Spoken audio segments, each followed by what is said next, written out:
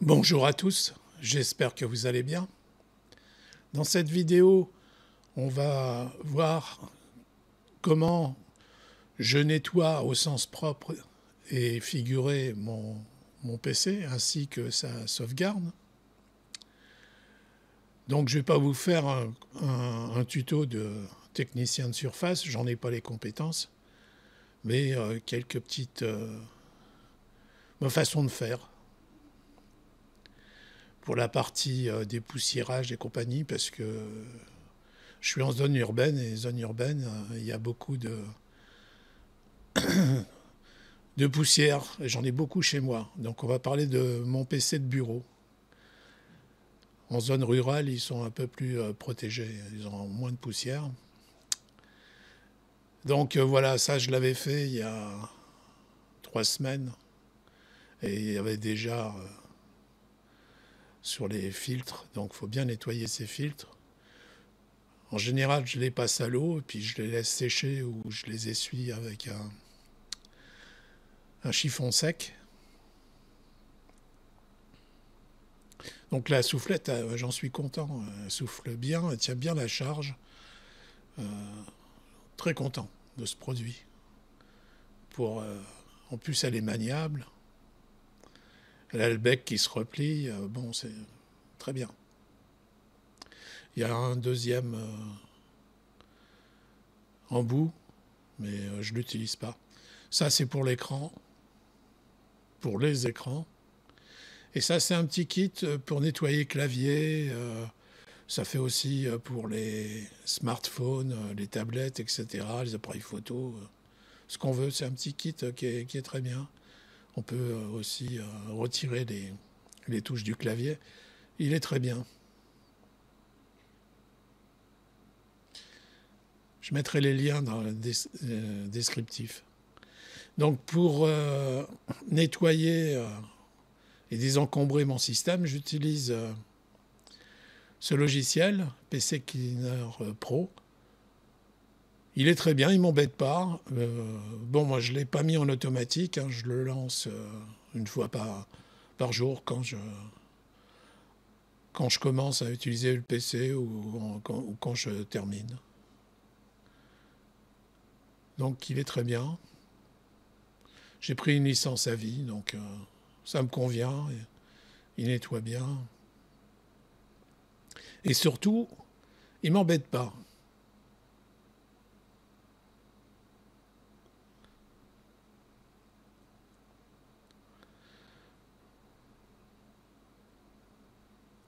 Donc là, vous voyez ce qu'il fait. Hein.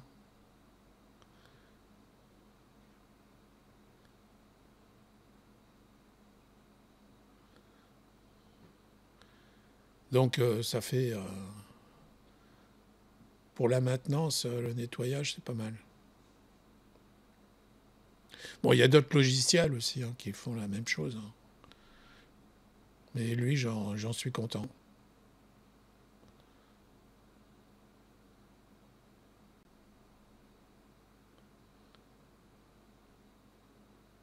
Alors, j'ai pas pris l'option driver parce que bon, je préfère faire les recherches moi-même de driver.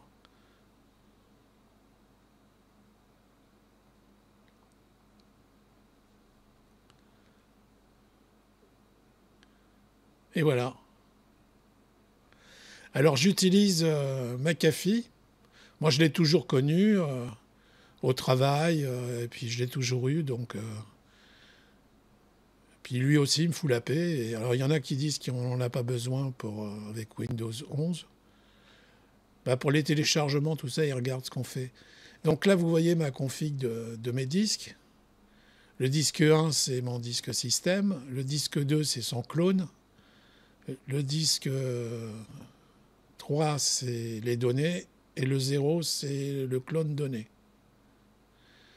Donc pour cloner le disque système, j'utilise le logiciel de Samsung de migration. Donc ça clone le disque et après... alors il faut que ça soit 2 disques Samsung, hein, sinon ça ne marche pas. Et après, vous l'essayez, vous bootez sur, sur le disque, voilà, à partir de votre BIOS. Vous permutez les disques, vous redémarrez, une fois que vous voyez que c'est bien, vous retournez sur le disque d'origine, comme ça tout est testé, tout fonctionne. Et là, j'utilise AOMEI Backupper, je l'ai eu après parce qu'il m'a servi pour redimensionner mes partitions. Et là, ça clone aussi, ça peut cloner aussi le disque système. Ça fait aussi des sauvegardes. Donc j'utilise pour mon disque de données. Marche très bien. C'est une bonne marque. Hein. Et leur SAV, enfin leur support est très bien aussi. Ils m'ont dépanné pour d'autres choses. Alors, j'ai un 13000, un i9 13900K, et donc j'ai été obligé de mettre à jour plusieurs fois mon BIOS.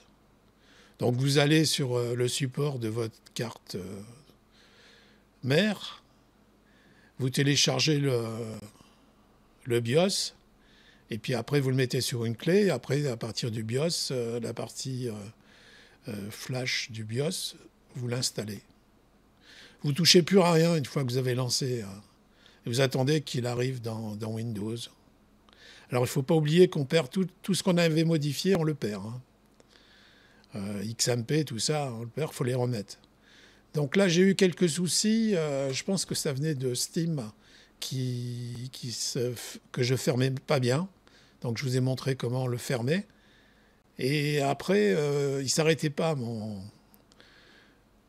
PC. Donc je l'arrêtais manuellement, power off.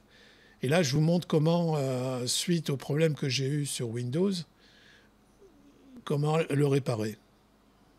Windows, en ligne. Alors ça prend beaucoup de temps. Hein. Moi, ça a mis plus de 3 heures. Mais bon, après, il est nickel. Et puis aussi, tous les 1 an et demi, 2 ans, je change ma pâte thermique sur mon processeur et mon I/O.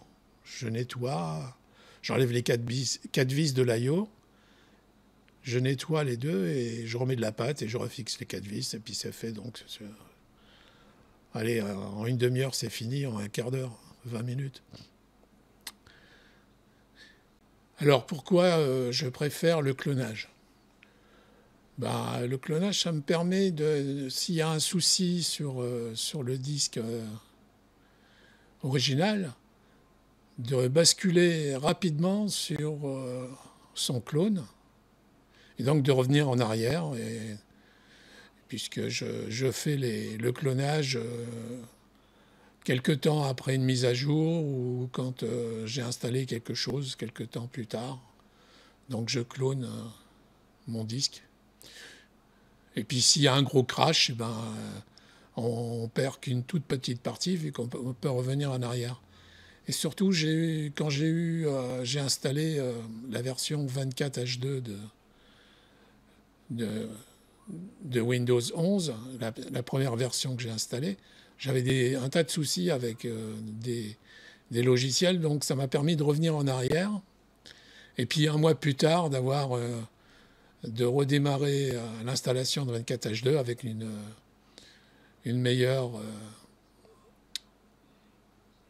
un meilleur contenu. Ils avaient été modifiés par Windows, améliorés. Donc ça a été un plus. Donc dans le cas d'installation, de modification de Windows foireuse, c'est pas mal. Ça permet de revenir en arrière facilement. Et donc je préfère ça au mirroring ou au stripping, parce que sinon ils sont à l'identique, les deux disques, et on ne peut pas revenir en arrière. Enfin, si vous avez des observations, des questions, n'hésitez pas à les mettre dans les commentaires, ça me fera plaisir d'y répondre éventuellement. Et puis, je vous dis, si vous avez aimé la vidéo, mettez un pouce. Éventuellement, si vous ne l'êtes pas, abonnez-vous, ça me fera très plaisir. Et puis, je vous dis au revoir pour une prochaine vidéo.